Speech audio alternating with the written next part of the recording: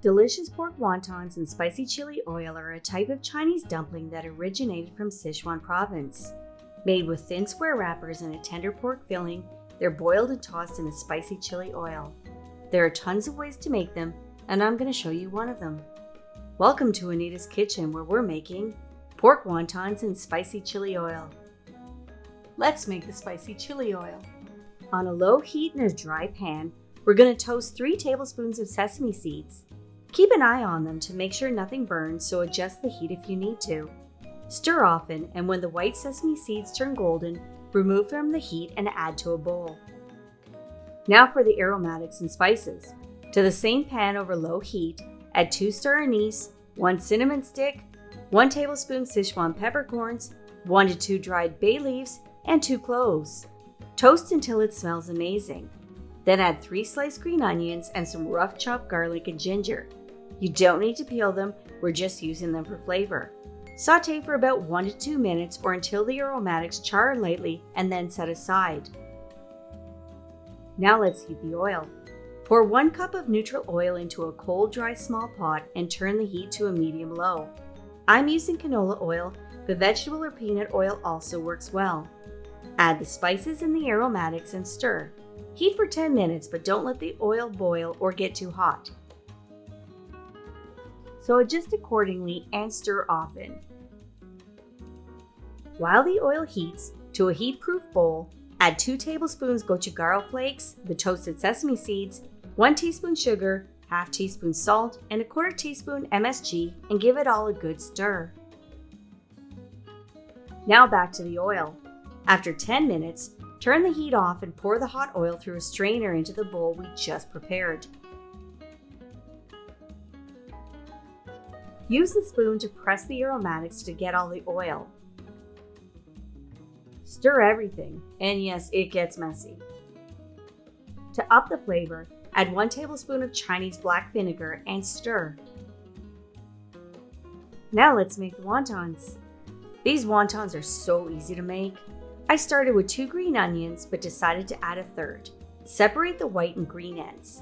If the white ends are thick, slice them in half lengthwise and finely chop them so they blend well into the pork. Slice up the green ends as we'll use them for garnish later. Add the finely chopped green onion into a bowl of 300 grams of fatty ground pork. Use a microplane and grate in 1 large garlic clove. You want the flavor of the garlic, so if you don't have a microplane, use a grater, press, or even a mortar and pestle. If you use a knife, finely mince the garlic. Again with the microplane, grate in about 7 grams of ginger, or use more or less depending on your feelings about ginger. Same as the garlic, you want the flavor of the ginger, so chop or mince well if you don't have a microplane or grater. Add 1 egg and use chopsticks, a spoon, or your hands and stir to combine, stirring in one direction only. Add 1 tablespoon of Chinese cooking wine and half tablespoon of toasted sesame oil and keep stirring. Then add half tablespoon of cornstarch, 1/4 teaspoon white pepper, and 1/4 teaspoon of salt, and that's it. Now just keep stirring until everything is good and combined.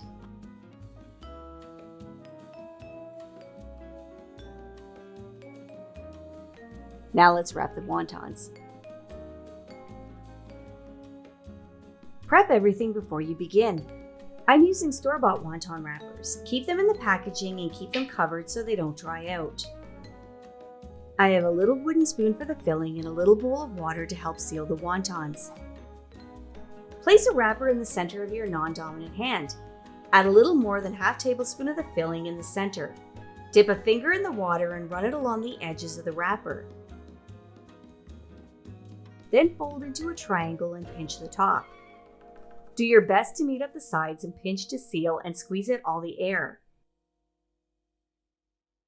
Wet the bottom corners, place your non-dominant thumb over the filling, and fold the corners over to meet and squeeze them tight.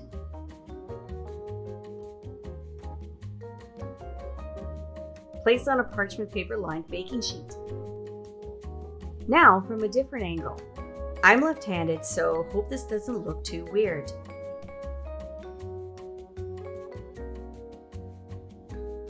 Put on some slippers or take a seat to make your back happy. Your wontons will get prettier as you go.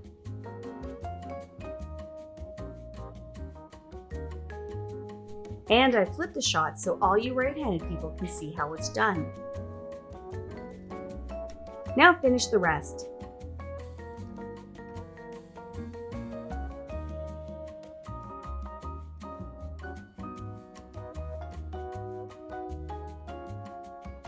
This is time-consuming but so incredibly worth it because now you have about 28 fat little wontons.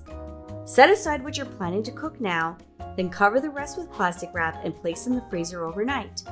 The next day, throw the frozen wontons into a freezer bag and enjoy when the craving hits. Now let's cook the wontons. Before you begin, to an individual bowl, add about half tablespoon of soy sauce and 1 teaspoon of Chinese black vinegar, but there's really no need to measure. Now place a pot of water over high heat and bring to a boil. Before adding the wontons, stir the boiling water to create a vortex to prevent the wontons from sticking. Carefully add the wontons and stir often.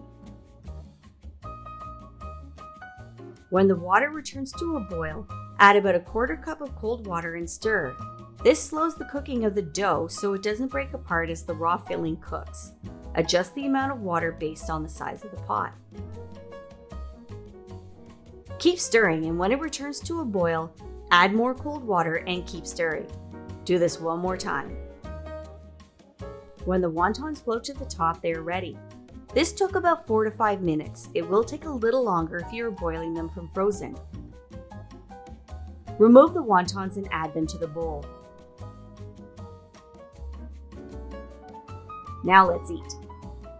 Add several spoonfuls of the oil we made earlier and garnish with the tops of some green onions and stir it all up to combine. Hard to decide what's better, how it looks or how it tastes. Thank you for watching. Please thumbs up and subscribe.